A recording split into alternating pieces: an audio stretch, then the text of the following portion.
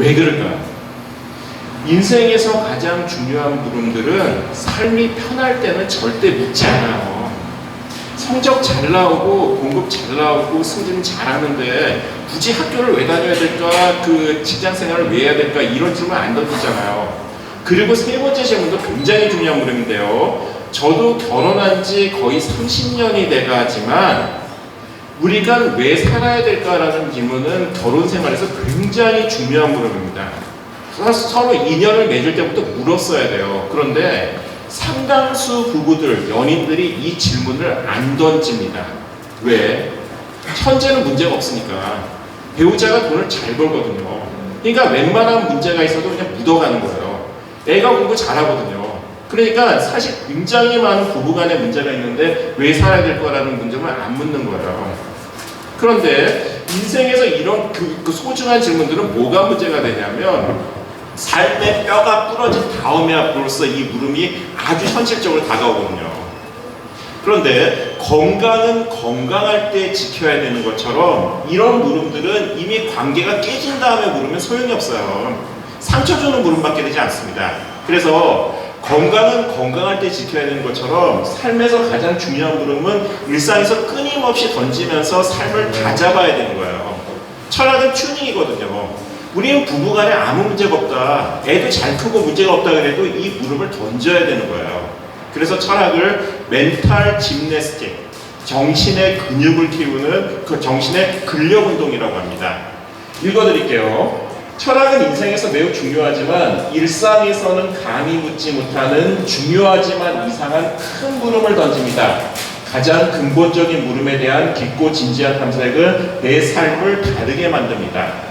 독창성, 상상력, 다르게 생각하는 용기.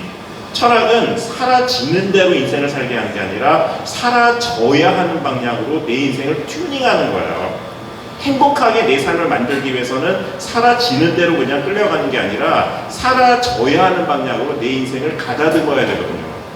이게 바로 철학인데, 제 강의를 듣고 철학을 공부하고 싶어서 만약에 대학에 가서 철학 강의를 들으시잖아요. 그러면 어떤 느낌을 드냐면 보여드리겠습니다. 철학은 이런 네 가지 항도로 되어 있어요. 짧게 넘어갈게요. 청이상학, 인식론, 윤리학, 미학, 논리학, 4개 파트로 되어 있습니다. 그리고 이런 고민들을 연구를 해요. 재밌을까요? 재미없을까요? 저처럼 철학을 한 30년 공부하면 머리카락의 75%를 상실하게 됩니다. 그리고 세상 사람들이 나를 싫어한다는 걸 떠올리게 돼요.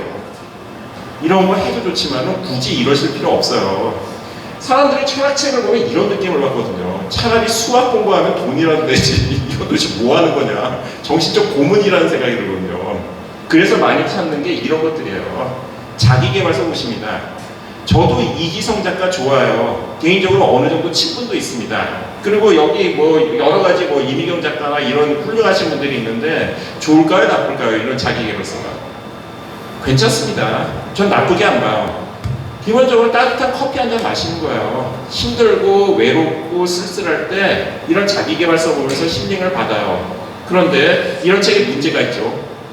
뼈가 부러졌는데 파스를 붙여요. 치료가 됩니까, 안 됩니까? 안 돼요.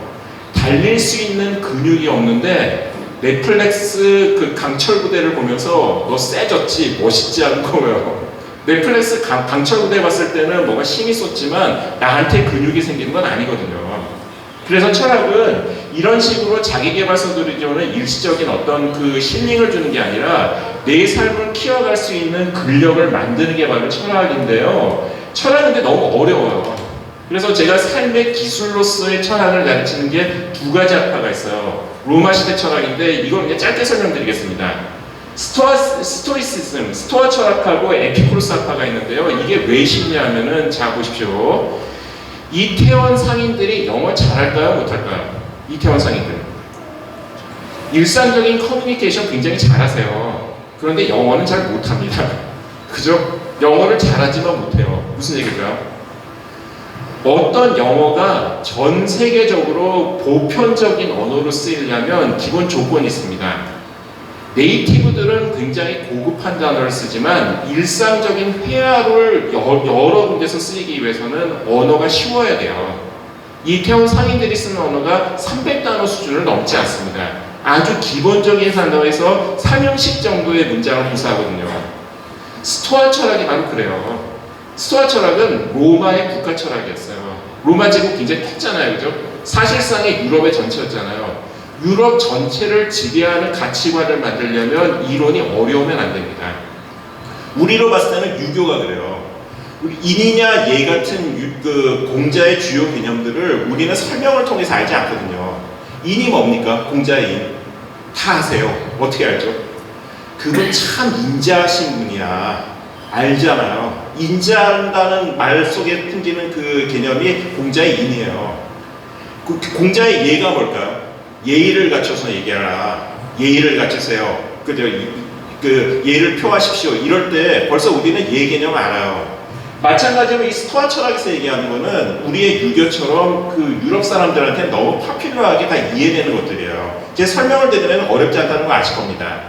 그리고 에피쿠로스 철학은 우리식으로 친다면 도교 같은 거예요.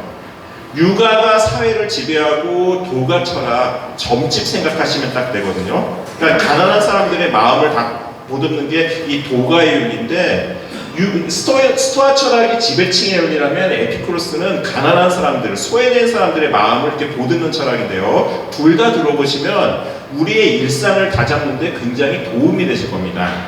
일단 스토아부터 설명드릴게요. 철학을 제일 재밌게 공부하는 방법이 뭔지 아세요? 제 책 빼고 철학은 철학 책으로 보면은 철학을 혐오하게 됩니다. 일단 알고 싶지 않아요. 너무 어렵습니다. 물론 제 책은 다릅니다. 그죠? 그런데 철학을 재미있게 공부하는 방법은 일단 관상부터 보는 거예요. 이건 넘어가도 되는 얘기고요. 관상을 보세요. 스토아 철학의 대표적인 철학자입니다. 명상록이라는 책을 썼어요. 인문학을 공부할 때는요, 관상을 딱 보면은 이 사람이 무슨 얘기할지가 느껴져요. 제 인상 좋습니까? 더럽습니까? 이 사람 인상 보세요. 같이 북도에서 차 한잔 하고 싶으세요? 멀리 하고 싶으세요? 일단 근엄하긴 한데 아마 저랑 비슷한 연배일 거예요. 50대 때. 이 딱 보면 인문학 하는 사람들은 시대를 바로 맞추죠. 뭘 보고 맞추냐면요. 수염을 길렀으면 그리스인이에요.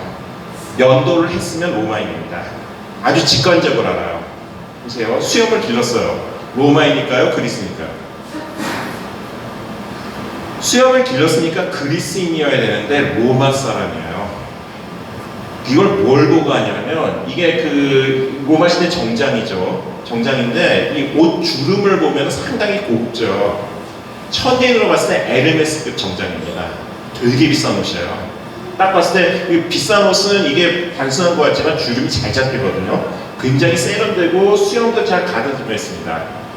로마인인데 수염을 길렀는데 사람들이 이 사람한테 수염을 길렀다는 거 가지고 면도하라는 얘기를 절대 할 수가 없습니다. 왜? 이 사람의 직업이 뭔지 아세요? 로마 황제입니다. 그러니까 수염 깎으라는 얘기를 못하는 거예요. 김정은 위원장이 북한에서 다 금연령이 퍼져 있는 상황에서 혼자 담배 피는 거랑 똑같은 상황인 거예요. 그리스 철학자들을 너무 흠모해가지고 황제인데 수염을 기르고 다녔어요. 이랬던 사람이거든요. 이 사람이 그 명상록을 쓴 마르쿠스 아울렐리우스라는 황제인데 이분 여러분들이 이미 아세요. 언제 보셨냐면 옛날 영화 중에 글래디에이터라는 영화 아세요? 글래디에이터에 나오는 그 검투사 영화에 나오는 늙은 황제가 이 마르쿠스 아울렐리우스입니다. 그 배역의 그 글래디에이터라는 영화가 사실 이 스토아 철학의 정신을 굉장히 잘 그려주고 있어요. 제가 이분으로 강의를 소개하는 이유가 있습니다. 스토아 철학은 이론적으로는 너무나 단순해요. 제가 이 칠판에 보여드리는 이게 스토아 철학의 전부입니다. 이상이 없어요. 메멘토 모리 까르페 디엠. 너무나 유명한 얘기잖아요. 메멘토 모리, 죽음을 기억하라. 까르페 디엠, 시즈 더 데이. 하루하루를 충실하게 붙잡아라. 우리말로는 이 순간을 즐겨라는 말로 번역되고 있습니다. 어떤 영화에서 이 말 번역해서 유명해졌죠? 아실 겁니다. 굉장히 유명한 영화 뭐죠? 죽은 시인의 사회에서 키티 선생님이 했던 얘기가 이 까르페 디엠이에요. 영화에서 이렇게 번역을 해서 이 말로 알려진 거예요. 스토아 철학은 이게 전부예요, 진짜. 근데 굉장히 힘을 줍니다. 제가 여쭤볼게요. 인생은 평등합니까? 불평등합니까? 불평등한 것 같잖아요. 여기서 보셔도 저같이 머리카락의 75%를 상실한 이런 탈모인도 있은 반면에 풍성한 머리를 갖고 계신 분도 있어요. 불평등한 것 같잖아요. 스토아 철학자들이 봤을 때 인생은 평등하다는 거예요. 왜 평등할까요? 메멘토 모리, 죽음 앞에서 평등하다는 거예요. 네가 아무리 잘나도 죽고 인생이 아무리 개떡 같고 궁상스러워도 다 죽습니다. 메멘토 모리라는 거예요. 인생은 죽음 앞에서 평등하기 때문에 그걸 생각하면 편안해진다는 거예요. 자, 모두가 다 죽습니다. 그러면 우리가 어떻게 살아야 될까요? 죽기 때문에 역설적으로 하루하루를 미친 듯이 즐기면서 최선을 다해서 살라는 거예요. 이게 스토아 철학의 얘기의 전부예요. 자, 보십시오. 인생은 평등하다는 게 무슨 얘기냐면, 이거 굉장히 힘을 주는 얘기인데, 우주는 우리한테 아무런 관심이 없어요. 그렇죠? 우리를 괴롭히려고 하는 생각도 없고 우리를 도와주려고 하는 생각도 없습니다. 그런데 우리의 삶이 좋은지 나쁜지는 뭘로 판단이 되냐면 부나 재산이나 명예는 전혀 상관이 없다는 거예요. 우리가 세상에 태어나서 맡고 있는 역할은 우주가 나한테 준 배역일 뿐이에요. 어떤 사람은 태어나면서부터 재벌 4세라는 역할을 맡게 됐어요. 그죠? 그 배역을 맡은 거예요. 어떤 사람은 태어나면서부터 정말 안타깝게도 가난한 집의 넷째 딸이라는 배역을 맡았어요. 그러면 보십시오. 재벌 4세하고 가난한 집 넷째 딸이라는 처지는 평등합니까? 불평등합니까? 표면적으로만 불평등하게 보일 뿐이라는 거예요. 왜? 사람들은 재벌 4세라 그래서 존경의 눈초리로 보고 가난한 집 넷째 딸이라 그래서 인생을 형편없이 보지 않습니다. 상식적인 얘기예요. 왜? 그거는 그냥 배역일 뿐이에요. 이병헌이라는 배우가 어느 날은 황제 역할을 맡았어요. 어느 날은 JSA에 나오는 아주 일개 병사의 역할을 맡았습니다. 근데 이병헌이 황제의 역할을 맡았을 땐 위대해 보이자가 일개 병사의 역할을 맡으면 찌질해 보일까요? 아니거든요. 배우의 위대함은 뭘로 나타나죠? 자기가 맡은 역할을 최선을 다해서 해낼 때 그 배우가 정말 별처럼 빛나는 거예요. 황제의 역할을 맡는다 그래서 그 배역의 역할이 배우가 빛나는 게 아닙니다. 인생도 그렇다는 거예요. 가난한 집 넷째 딸로 태어났다 할지라도 넷째 딸의 처지에서 마땅한 때에 마땅한 방식으로 마땅히 해야 될 일을 마땅히 해내면 별처럼 빛나고 아름다운 인생인 거예요. 재벌들이 다 사랑받고 존경받던가요? 비아냥을 받고 억수임을 받진 않으세요? 그런 거예요. 그죠? 자기가 맡은 역할을 최선을 다하면 되는 거예요. 그리고 그 역할이 실제로 아름답기까지 합니다.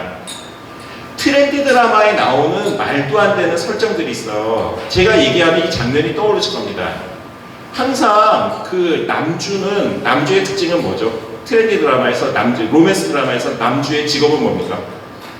남주의 캐릭터는 항상 나쁜 남자예요. 나쁜 남자의 특징은 뭐죠?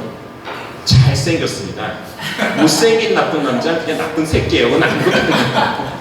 근데 잘생긴데 돈도 많고 그리고 아주 멋지게까지 해요. 그 재벌 4세라서 20대밖에 안 됐는데 벌써 대그룹의 실장이라는 역할을 맡고 있어요. 그런데 재밌는 거는 이런 로맨스 드라마에서 여주는 그렇게 높은 지위로 설정되지 않는 경우가 많아요. 평범한 여주인공이고 편의점에서 알바를 해요. 하루하루 어렵게 살아갑니다. 근데 재밌는 거는 그 재벌 4세의 잘생긴 나쁜 남자가 이 편의점을 다니는 일용직 알바 여학생을 사랑하잖아요. 쫓아다닙니다. 그죠? 그러다가 마침내 그 여학생한테 따귀를 맞아요. 그게 어떡하죠? 이런 여자 처음이야. 그러면서 사랑이 더 불타오릅니다. 일상에서 이런 일이 있을까요? 없을까요? 저 학교에 근무하는데 정말 별처럼 많습니다. 그죠? 서울대를 갔다고 해서 연애 잘하던가요? 전혀 다른 문제예요.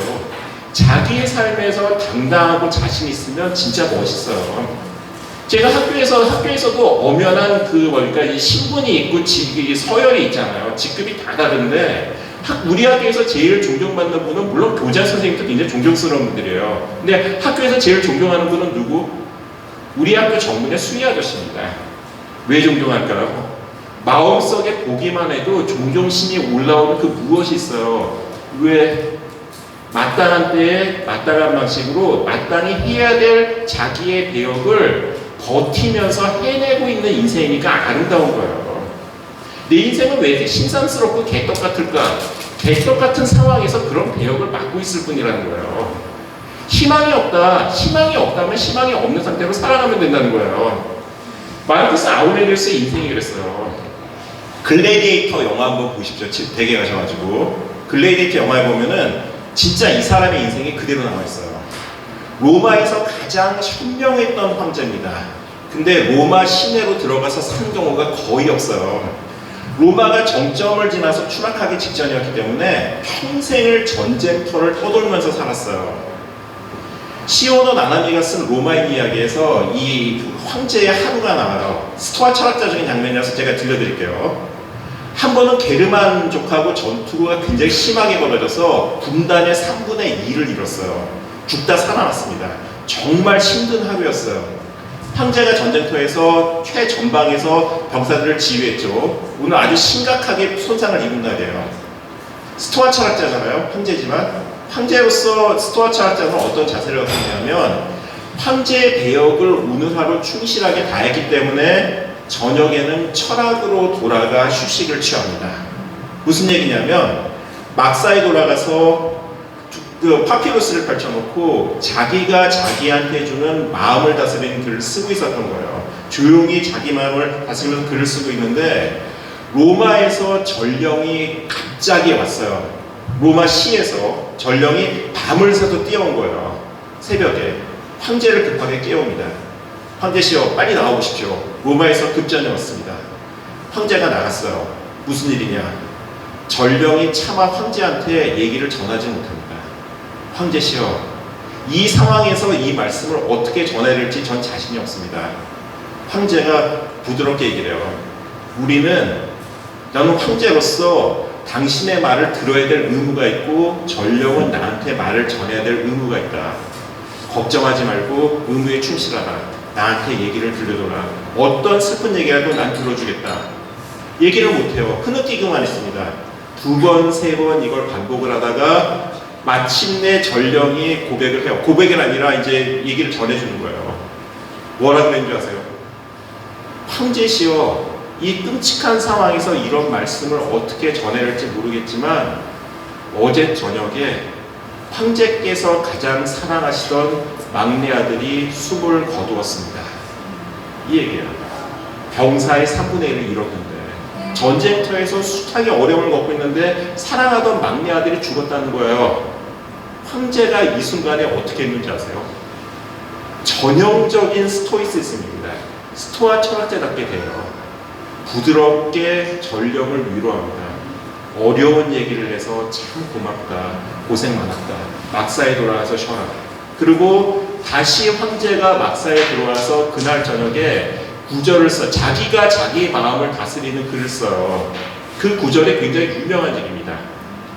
신이시여 저로 하여금 아들을 살려달라고 당신께 울부짖지 않게 하십시오. 저는 사람이고 바랄 수 없는 일입니다. 저에게 다만 아들을 잃은 이 엄청난 슬픔을 이겨낼 수 있는 용기를 주십시오. 그 용기만이 제가 바랄 수 있는 것입니다. 그렇게 담담하게 적어요. 그게 스토아 철학자의 자세거든요. 그러니까 마땅한 때에 마땅한 방식으로 마땅히 내가 해야 될 일을 결연하게 해내는 게 바로 삶의 지혜라는 거예요. 세상의 평가는 중요하지 않습니다. 내가 해야 될 일을 하면서 내 삶을 충실하게 이루어내는 게 바로 스토이시즘의 자세거든요.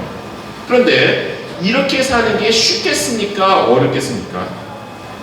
쉽지가 않죠. 그래서 스토아 철학은 굉장히 편안하고 일상에서 실천하기도 좋은 철학의 지혜를 알려줘요. 여러 선생님들이 당장 쓸 수 있는 방법입니다. 이걸 시포문에 맡아라 그러는데 현대 자기계발서에서는 셀프톡, 자기한테 말하기라고 얘기를 해요. 별로 어려운 얘기 아닙니다. 제가 지금 이 얘기를 할 테니까 따라서 해보십시오. 제가 한 문장을 들려줄 테니까 그대로 해보세요. 아동 학대보다 잔인한 것은, 따라서 해보시겠습니까? 아동 학대보다 잔인한 것은 자기 방치다. 자기 방치다. 아동 학대보다 잔인한 건 자기 방치예요. 내 마음이 무너지고 있다면, 내 마음의 뼈가 부러져서 흔들거리고 있다면 이걸 방치하지 말라는 거예요. 자기를 학대하지 말라는 겁니다. 내 마음을 스스로 다독이라는 거예요. 세상에서 나를 가장 잘 챙길 수 있는 사람은 바로 나거든요. 내 마음을 다독이라는 겁니다. 자, 보세요. 인간 두뇌는 변온동물과 같아요. 변온동물이 주변의 온도가 높으면 같이 체온이 올라갔다가 추우면 체온이 떨어지잖아요. 인간 두뇌는 분위기에 따라서 모두가 바뀝니다. 운동할 때 어떤 음악 들으세요? 운동할 때 신나는 음악 들으시잖아요. 혹시 운동할 때 클래식 들으시는 분 있습니까? 클래식을 들으니까 너무 운동이 잘 돼요. 변태죠. 그러면 안 되잖아요. 그죠? 운동할 때 신나는 음악을 들으면 기분이 업되면서 이렇게 에너지가 솟잖아요. 차분하게 집중해서 일을 할 때는 어떤 음악을 들어야 될까?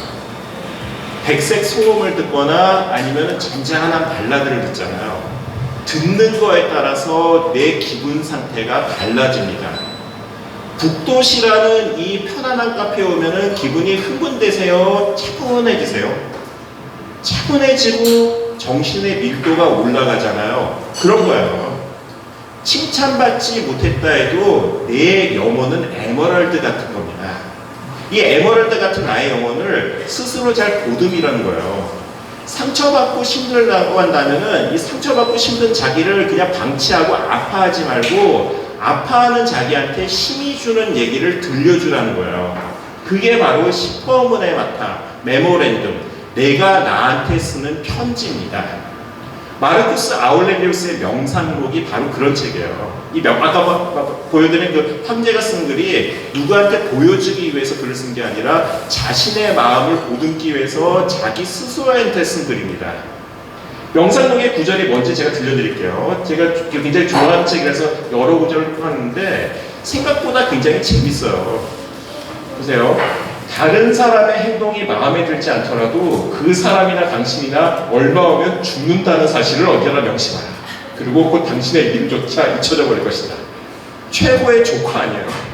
수준 있는 조커죠. 복수하지 마. 쟤 어차피 죽어. 이거예요. 우주의 관점에서 보면은 세상에 이렇게 편한 얘기가 없어요. 뭐 고민해. 쟤 잘려. 언제 잘려? 아무리 직장에서 잘려가도 결국은 무너지고 나가는 게 우리 인생이에요. 뭐 하나 있으냐는 거죠. 마음고생하지 말고 다 지나가니까 놓아두라는 겁니다. 이 얘기를 누구한테 하는 거냐면 자기가 자기 자신한테 힘든 순간에 들려주는 얘기예요.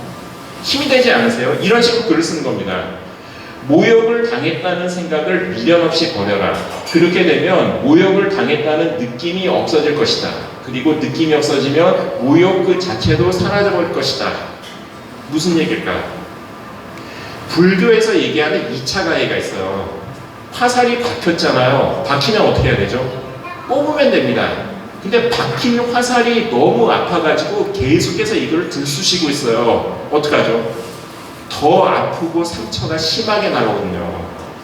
모욕을 당했을 때는 모욕이라는 내 감정에 집중하는 거예요. 내가 저 사람을 할 때 어떻게 보복을 할까라고 생각하는 게 아니라 모욕당한 내 자신의 감정을 보고 이것에 대해서 이걸 계속해서 3대적 관점에서 보면서 이걸 씻어내라는 거예요. 생각보다 효과가 있는 방법입니다. 이거 나중에 한번 다시 설명드릴게요. 그럼 마지막에 이 말, 내가 굉장히 좋아하는 표현인데 너의 마음을 괴롭히는 어떤 일에 부딪히면 이것을 불행이라고 말하지 말고 언제나 이것을 슬기롭게 견뎌내는 것이 바로 행복이라고 말하라. 세상에서 가장 지옥 같은 삶은 뭐죠? 고난이 하나도 없는 삶입니다. 미치도록 지루하거든요. 직장생활 저도 28년 차인데 일찍 나가시는 분들 이미 제 연령대에도 있어요. 그분들 경제적인 여력도 있는데 삶이 좋냐? 2년만 지나도 굉장히 힘들어요. 왜 힘들어할까요? 삶의 의미를 모르겠어. 의미는 언제 옵니까? 사람은 실패를 통해서 의미와 성장을 하지 성공을 통해서 배우는 건 없습니다. 인생은 아파야 되는 거예요. 불행에 닥쳤을 때, 아, 이게 나한테, 신이 나한테 준 성장의 기회라구나, 라고 생각하고 즐기라는 거예요. 이 말도 자기가 자기 자신한테 하는 말들입니다. 그리고 마지막으로 제가 가장 좋아하는 명상록의 구절. 끊임없이 파도가 부딪혀와도 끄떡없이 버티며 노한 물결을 달래는 바위처럼 살아라. 이런 일이 하필이면 나에게 일어나다니. 그러니 나는 얼마나 불행한 자인가. 아니, 오히려 그 반대이다. 그러한 일이 너에게 일어났기 때문에 오히려 두려움을 잊고 현재에 압도당하거나 동요하지 않으며 미래를 두려워하지 않을 수 있다. 어떤 파도가 부딪혀와도 끄떡없이 번디는 갯바위가 되라. 그러기 위해서 어떡하죠? 많은 시련을 겪으면서 영혼의 근육을 키우라는 겁니다.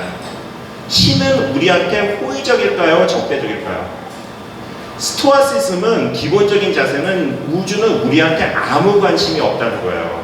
그럼에도 불구하고 그럼에도 불구하고 신이 나를 키우기 위해서 고난을 줬다고 믿을 때 우리 삶은 단단해진다는 겁니다. 자기를 방치하지 말라는 거예요. 고통을 견디면서 나 왜 이렇게 아파? 라고 하고 아픔을 그냥 이렇게 느끼는 게 아니라 이 아픔을 이겨내면서 의미를 찾으려고 할 때 인생이 피어난다는 겁니다.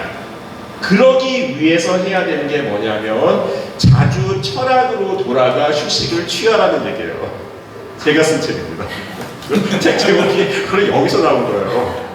왜? 인생을 가장 바보같이 사는 사람이 뭔지 아세요? 여기 아이를 키우시잖아요. 저희 애들도 대학생인데 저도 애 키울 때 그랬어요. 힘들거든요. 처음에 아이하고 이제 언쟁을 벌이죠. 저 나이만 돼도 이제 아이들하고 이제 언쟁을 벌이기 시작하는데 처음에 언쟁을 벌일 때는 이유가 있어서 언쟁을 벌였어요. 너 식탁에 똑바로 앉아라, 뭐 이거 목욕하고자 얘기하는데 아이하고 티격태격 하다 보면 어떻게 하는지 아세요? 왜 언쟁을 벌였는지는 잊어버리고 한마디라도 더 야단치는 것 자체가 목적이 돼버려요. 열받았거든요. 왜 때리는지는 잊어버립니다. 직장에서도 그런 경우가 되게 많아요. 승진의 목을 매는데 왜 승진의 목을 맸는지는 어느 순간에 잊어버립니다. 그냥 달리는 거예요. 그래서 중요한 거는 인생의 작전 타임입니다. 멈춰 서서 생각하는 거예요. 인생을 튜닝하라는 거거든요. 위기에 닥치면은 위기를 가지고 계속해서 고민하면 오히려 위기가 자기를 잡아먹어요. 자, 어둠이 밝음이 되는 경우는 없어요. 많은 사업하는 사람들이 실패하는 이유가 뭐냐면 실패한 사실을 어떻게 이겨낼까라고 생각하기 때문에 실패해서 못 벗어나는 겁니다. 왜? 제가 하는 말을 지금 한번 이게 되는지 안 되는지 한번 해보세요.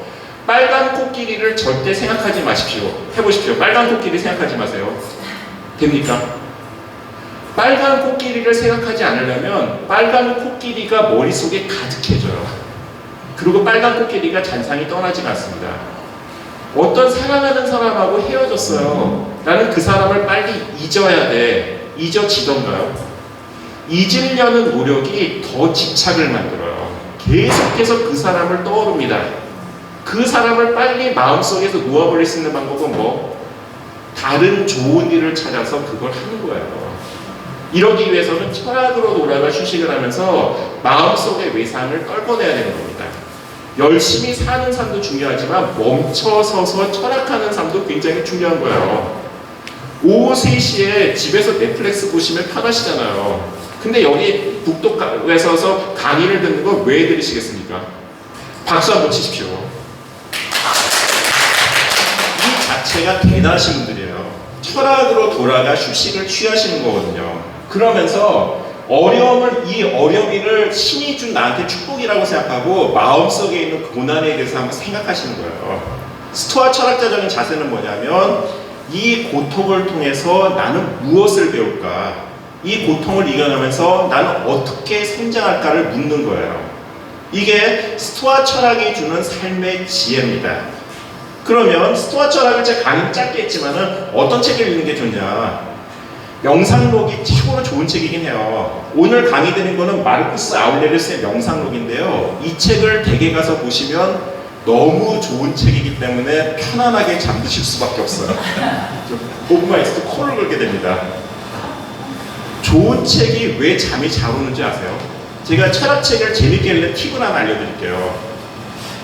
좋은 철학책은 책을 쓸 때의 필자의 나이하고 책을 읽는 나의 나이가 비슷할 때 울림이 크게 다가와요.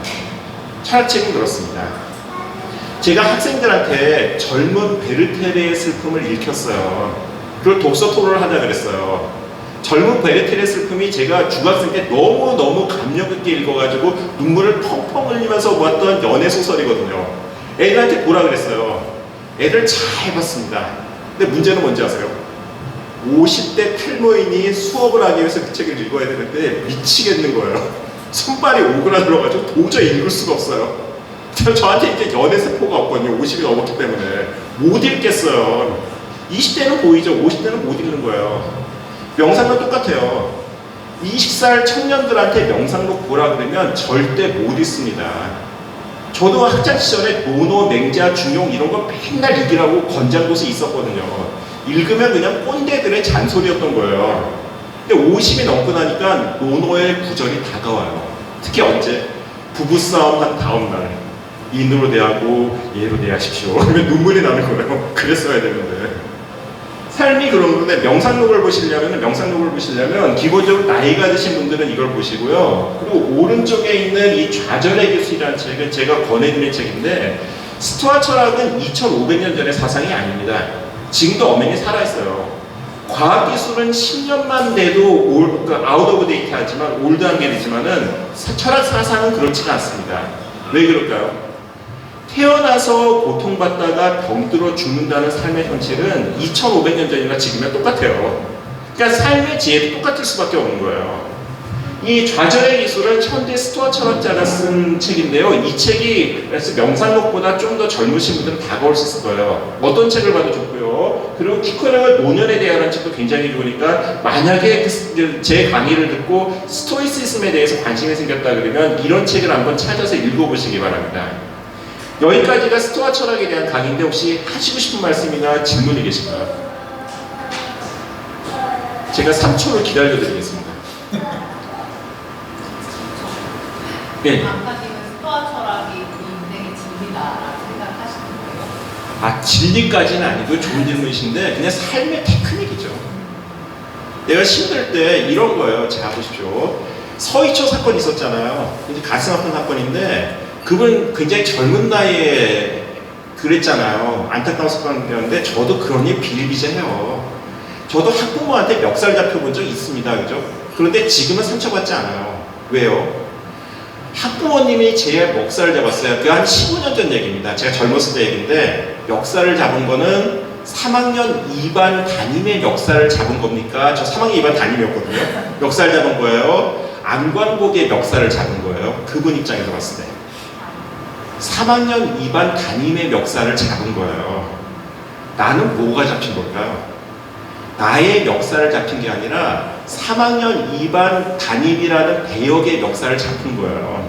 연극의 상황이라고 받아들이면 전혀 상처받지 않아요. 이해가 되세요? 교사는 천하 보일지 모르지만 한 명 한 명이 국가교육기관입니다. 교사 역할은 그래요. 교사에 관해 생각보다 막강해요. 그게 뭐냐면은 교사답게 대응하는 거예요. 국가기관으로. 멱살을 잡을 때 나는 어떻게 해야 되냐. 교사답게 대응하는 겁니다.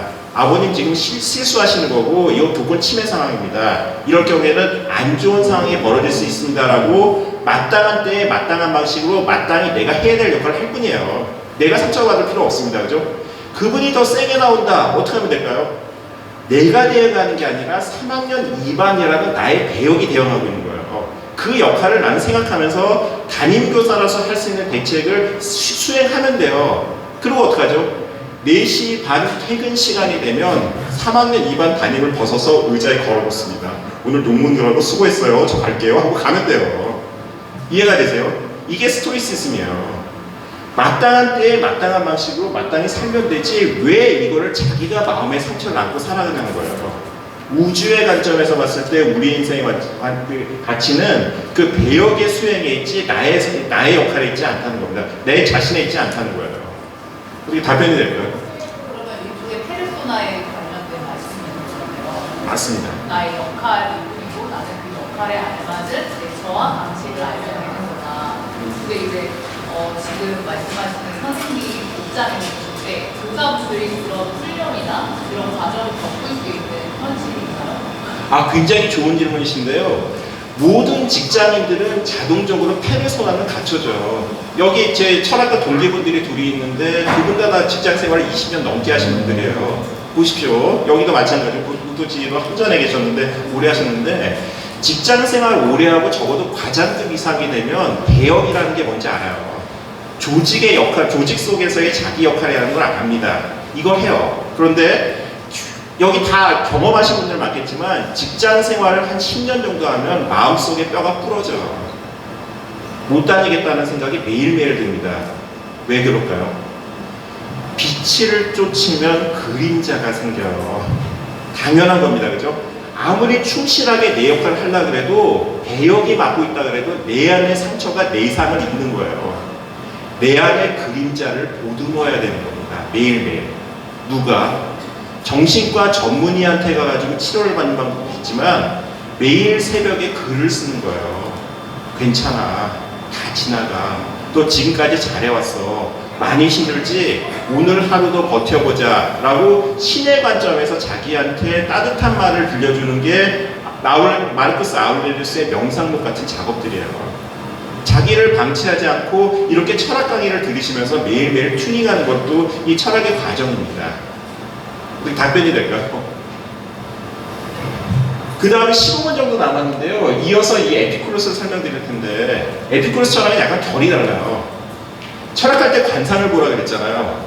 아까 마르쿠스 아우렐리우스는 잘생긴 어떤 굉장히 귀티내가 났잖아요. 에피쿠로스 보세요. 부자일 것 같아요? 가난할 것 같아요? 딱 봐도 약간 노숙자 티 나지 않으세요? 히피예요, 히피. 진짜 히피입니다. 그 정원 공동체를 만들어가지고 가난한 사람들끼리 모여 살았어요. 그리고 이 코를 보시면 이 옛날 조각상들 보면 이 코를 보시면 느껴지는 게 콧날이 똑바로 휘어져 있습니까? 휘어져 있잖아요. 왜 휘어져 있는지 아세요? 얻어맞았을 거예요. 되게 그렇습니다. 노예들을 표현할 때 보통 그 코를 되게 휘어지게 하거든요. 사회적 신분이 높지 않았을 거예요. 그러니까 이 사람이 추구했던 철학은 뭐냐면은 부유한 사람은 의무를 가지고 자기 인생을 의무감을 가지고 살아가라고 얘기하지만 가난한 처지에 이런 사람들한테 이건 폭력이거든요. 편의점 알바하는 사람한테 가지고 너 최저시급을 받지만은 너 인생을 버티면서 살아라. 이거 무슨 개떡 같은 그런 얘기가 있어요. 그렇게 얘기하는 게 아니라 에피쿠로스는 정말 힘든 사람의 처지를 가다듬는 그야말로 빈자의 철학을 알려주는 철학이에요. 뭐라고 얘기를 하냐면 제가 그림 하나 알려줄게요. 서은국 교수님이라는 분이 계세요. 연세대학교 심리학과 교수님입니다. 행복 연구로서 세계적인 권위자시고요. 행복의 기원이라는 정말 좋은 책을 쓰셨어요. 좋은 책의 특징은 뭐? 잠이 잘 옵니다. 근데 그분의 얘기를 해보기가 재밌는 책이긴 한데 그 책에 나오는 그림은 아닌데 서은국 교수님의 주장을 제가 하나의 그 사진으로 압축한 걸 찾은 거예요. 인간이 행복할 수 있는 최적의 상황입니다. 포유류가 행복을 느끼는 제일 좋은 상황은 뭐냐면 제일 행복한 상황은 맛있는 음식을 앞에 놓고 사랑하는 사람들과 모여가지고 도란도란 얘기를 나누고 있을 때 제일 행복감을 느낀대요. 인간이 느낄 수 있는 최적의 행복 상황입니다. 여기 가족들이 같이 오신 분들이 다 그렇잖아요. 앞에 맛있는 음식을 놓고 아이가 이렇게 장난치면서 이러고 있잖아요. 그죠? 행복하신 거예요. 그런데 문제는 뭐냐면 이 그림을 보면서 제가 근무하는 중동고등학교도 공부 잘하는 아이들이거든요. 대치동 친구들입니다. 고3 수업에 제가 이걸 보여주거든요. 이걸 보여주면 애들이 행복을 못 느껴요. 왜 그런지 아세요? 보여주라는 것만 보면 돼요. 맛있는 걸 놓고 행복하게 모였으니까 얼마나 행복해 보이니? 선생님 아닌데요. 왜 그런지 아세요? 아이를 보면서 다른 생각을 합니다. 애들이 똑똑해 보여요. 영재고 준비하나요? 비교를 하는 거예요. 남편 좀 돈 잘 벌 것 같은데 이 블라인드 올리면 벤치 같은 데 서 있을 것 같은데요. 이딴 식이에요. 여성분도 그냥 교양인데 전문직 아니에요? 시기 부자네. 이거 얼마짜리야? 이걸 빼고 있어요. 절대 못 행복심입니다. 에피쿠로스가 얘기하는 게 그거예요. 이게 경제학자 이스털린이 이 얘기를 하는데 이 얘기 모르셔도 됩니다. 이스털린 패러독스가 이게 에피쿠로스 얘기랑 똑같아요. 제가 중동고등학교에 올해가 28년째 근무하거든요. 제가 고3 철학 수업을 28년 났는데 3학년 첫 수업은 항상 똑같아요. 주제가 내 인생의 행복 조건. 내 나이 50살이 됐을 때 무엇이 갖춰지면 넌 행복했다고 할 수 있냐. 왜 50살인 줄 아세요? 50살은 커리어 하이라고 보통 생각을 합니다.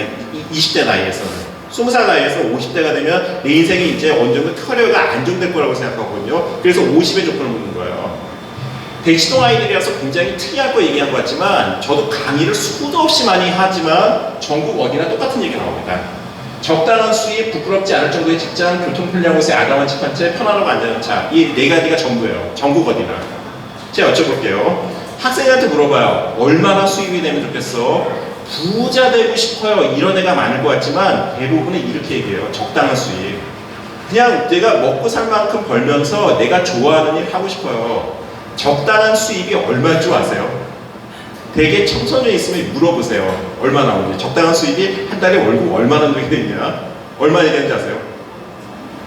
귀신같이 300만 원 다 나옵니다. 300이면 충분합니다. 왜 300인 줄 아세요? 담임 선생님 봉급이니까. 아빠 정도 벌면 행복하다고 얘기를 해요. 애들이 생각보다 기준이 높지 않습니다. 우리 다 그래요. 주변 사람들만큼 벌면 나 괜찮다고 생각해요. 부끄럽지 않을 정도의 직장도 마찬가지입니다. 그죠? 애들이 얘기하는 게 뭐냐면 판사, 의사 막 부모님은 얘기하지만 꼭 그렇지 않아도 된다는 거예요. 그냥 내가 좋아하는 일 하면서 명함 내밀 때 부끄럽지 않을 정도면 된다고 얘기를 해요. 맞습니다. 세 번째로 약간 어려울 수도 있지만은 대한민국이 GNP 3만 달러 국가잖아요. 이루시는 꿈이에요. 교통 편리한 곳에 아담한 집 한 채를 얘기를 해요.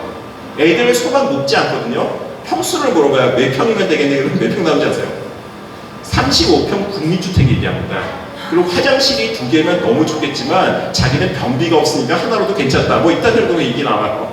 그리고 마지막에 편안하고 안전한 차. 그냥 소나타급 승용차 하나 있었으면 좋겠다. 이게 전부입니다. 대한민국 GNP 3만 달러 국가예요. 생각해보시죠. 세계적인 선진국 중에 하나인데 이 네 가지 조건을 나이 50살이 됐을 때 충족시키는 아이들이 제가 가르치는 중동고등학교 150명의 학생 중에서 몇 명 정도 될까요? 3만 달러 국가에서 150명 아이 중에서 19살의 150명 중에서 그 아이들이 50살이 됐을 때 네 가지를 충족시키는 아이들은 몇 명? 0명입니다. 이게 역설적인 상황이에요. 왜 그런지 아세요? 적당한 수입의 기준이 있습니까? 없습니까? 없어요. 학생들이 300만 원을 벌었다 그래도 절대 행복해질 수 없는 게 사람입니다. 그죠? 이거는 우리 일반인만 그런 게 아니라 재벌도 그래요. 동생이랑 형이랑 재산 싸움을 하는데 황당한 싸움이에요. 동생이 한 200조쯤 상속을 받았고 형이 4조 정도 상속을 받았대요. 형이 당연히 못 받아들이죠. 나는 왜 아버지가 4조밖에 안 줘? 시장. 그리고 이 소송전을 벌어요. 근데 생각해보면 그 말도 안 되는 싸움이거든요. 1조만 상속받아도 죽을 때까지 하루에 1억씩 써도 못 써요. 어떻게 써요? 1억씩 써도 1년에 365억밖에 못 쓰고 10년을 써도 3650억밖에 못 쓰는데요. 근데 그걸 가지고 싸우는 게 사람이에요. 부끄럽지 않을 정도의 직장 만족해요. 저도 가르치는 애들이 명문대학 수도 없이 많이 가고 정말 그 의사된 친구들도 많지만 만족하는 한 명도 못 봤어요. 20년 전에 제가 황당한 일을 한번 겪었습니다. 아버지 직업이 검사장이에요. 한동훈급 있잖아요. 그죠? 검찰총장까지는 아니지만 검사장이면 정말 높은 직인데 애가 시험을 망했어요. 아버지가 학교에 득달같이 뛰어나셨습니다. 그 아버지가 막 애를 야단치시는데 저 그 한마디를 아직도 기억을 해요. 아버지가 검사장 아버지가 애한테 뭐라고 하는지 아세요? 너 아빠가 공부하라 그랬지? 그렇게 공부 안 하면 나중에 커가지고 검사밖에 못돼 막 하고 야단치세요. 제가 저는 교사밖에 못했습니다. 죄송합니다 하고 사과할 뻔했어요. 끝이 없는 얘기예요. 교통 편리한 곳에 아담한 집 한 채, 편하고 안전한 차 만족 못합니다. 35평대 집에 살고 소나타를 탄다 그래도 그 이상을 바라고 그 이상을 바래요. 그래서 철학의 지혜는 이걸 자본주의 사회에서 의도적으로 안 가르쳐주는데요. 행복은 이게 전부예요. 많이 이루어서 행복해지는 방법도 있지만 진짜 행복해지는 방법은 뭐죠? 버리는 거예요. 욕심이 없을수록 행복해요. 자본주의에서는 이건 안 가르쳐줍니다. 근데 윤리학의 2500년 역사는 버리라고 얘기하지 이루라고 가르쳐주는 이론은 없어요. 실제 삶도 그렇습니다. 그죠? 버려야 행복해져요. 전교 1등이 행복할까요? 꼴찌가 행복할까요? 애가 공부를 못하면 가정에 평화가 찾아듭니다. 아니던가요? 그죠? 아예 내려놔요. 학교에서도 전교 1등은 절대 겁 안 나요. 제가 학교에서 저도 부장 역할을 하고 있는데 부장하면서 제일 쉬운 사람이 뭔지 아세요? 부장님, 제가 초과 수당 3만 원 때문에 이러는 건 아니지만 정말 자존심이 상합니다. 왜 자존심이 상했을까요? 초과 수당 3만 원 때문에 그런 거예요. 이분은 쉽습니다. 그죠? 초과 수당 3만 원 올려주면 끝나는 문제예요. 그죠? 욕심이 있으니까 정규 1등급 따지면 성적 가지고 너 수행평가가 불만이구나. 어떻게 해줄까? 딜이 가능해요. 제일 답 없는 친구가 누군지 아세요? 7등급 학생들. 7등급이 어느 정도인지 모르시죠? 1번으로 다 찍으면 7등급 나옵니다. 8등급, 9등급은 논리적으로 설명이 불가능한 친구들이에요. 7, 8, 9등급은 죽일 수는 있어도 이길 수는 없어요. 수업 시간에 하루 종일 엎어져 자요. 열받아가지고 너 수행평가 30점 빵점이야! 그러면 뭐라 그러는지 아세요? 고개도 안 됩니다. 선생님 다 가지세요. 그리고 엎어져 자버려요. 바라는 게 없으면 이길 수 있는 방법이 없어요. 바라는 게 없는데 도덕적이기까지 하잖아요. 그럼 이 사람은 천하무적입니다. 어떻게 못해요? 바라는 게 적어야 되는데 여기서 에피쿠로스가 얘기하는 거는 불교처럼 세속을 떠나는 얘기가 아닙니다. 뭐가 욕심인지 보라는 거예요. 이건 정말 중요한 삶의 지혜인데 보십시오.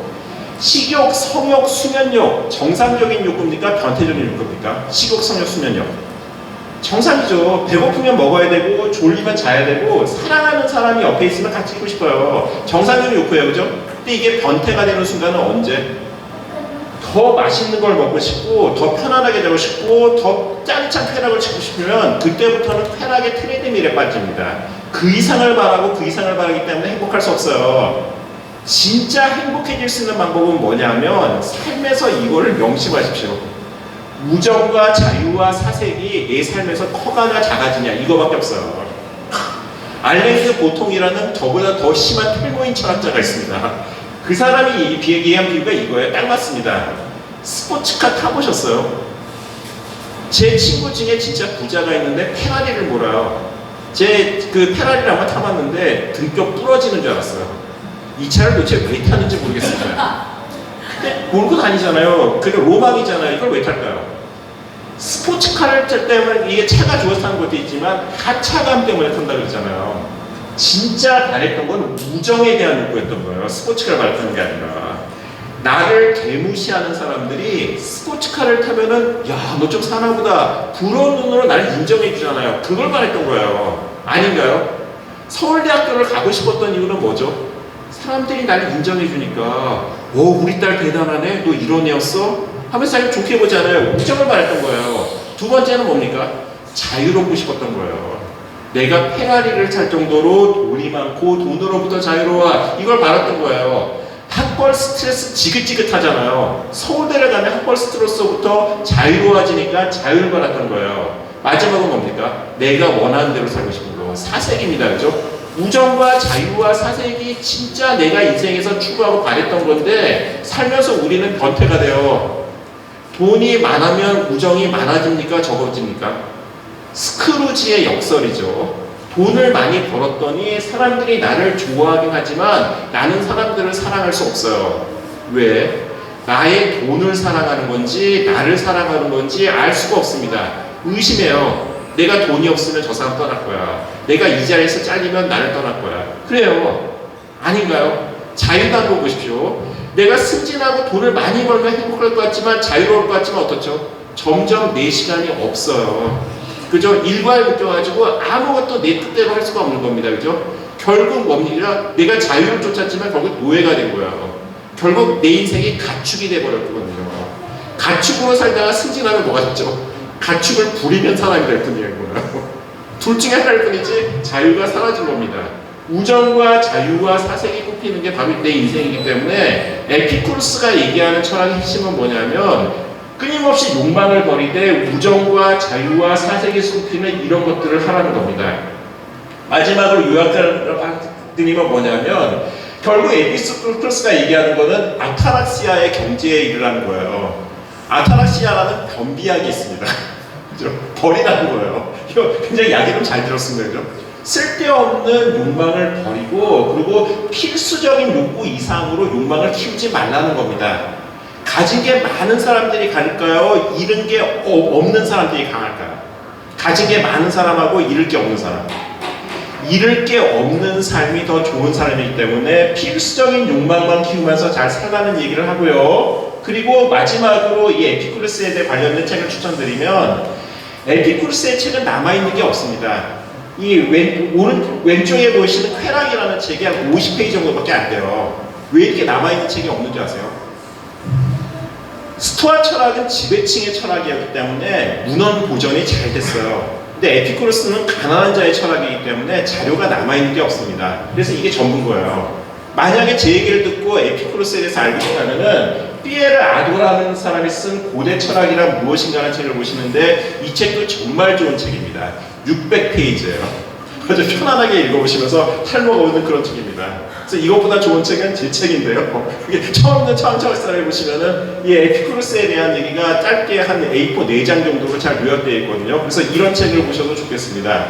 강연 시간이 이제 1시간이 돼가지고 정리를 해야 되는데, 결론부터 말씀드린 건 뭐냐면, 인생을 잘 사는 기술은 뭘까요? 할 수 없는 것은 놓아버리고 할 수 있는 것만 하면 돼요. 그죠?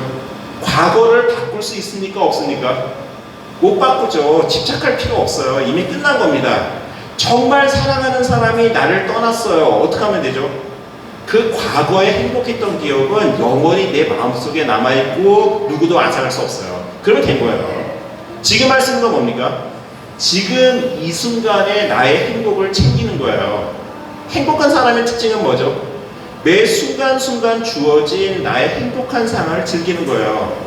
앞에 맛있는 커피가 있잖아요. 커피의 향기를 챙기면서 그 커피에 집중하는 겁니다. 스토아 철학 에피쿠로스는 다 똑같은 얘기를 하거든요. 행복의 경험은 매 순간순간 행복한 사람이 그 순간이 쌓여서 행복해지는 거지, 행복을 지향하는 사람들은 매 순간을 자기 삶을 고통으로 채우거든요. 아무쪼록 이번 시간에 제가 스토아하고 에피쿠로스를 빠른 속도로 설명을 드렸는데요. 아무쪼록 이 철학의 두 가지 지혜가 어떤 그 가진 것이나 아니면은 그 쾌락에 집착해서 삶을 지옥을 나락으로 떨어뜨리는 게 아니라 비우고 지혜로 키우는 어떤 삶의 어떤 태도를 지킴으로써 삶을 행복하게 잘 이끌어 가시기 바랍니다. 제 강의는 여기까지입니다. 고맙습니다. 제 말이 너무 빨랐죠?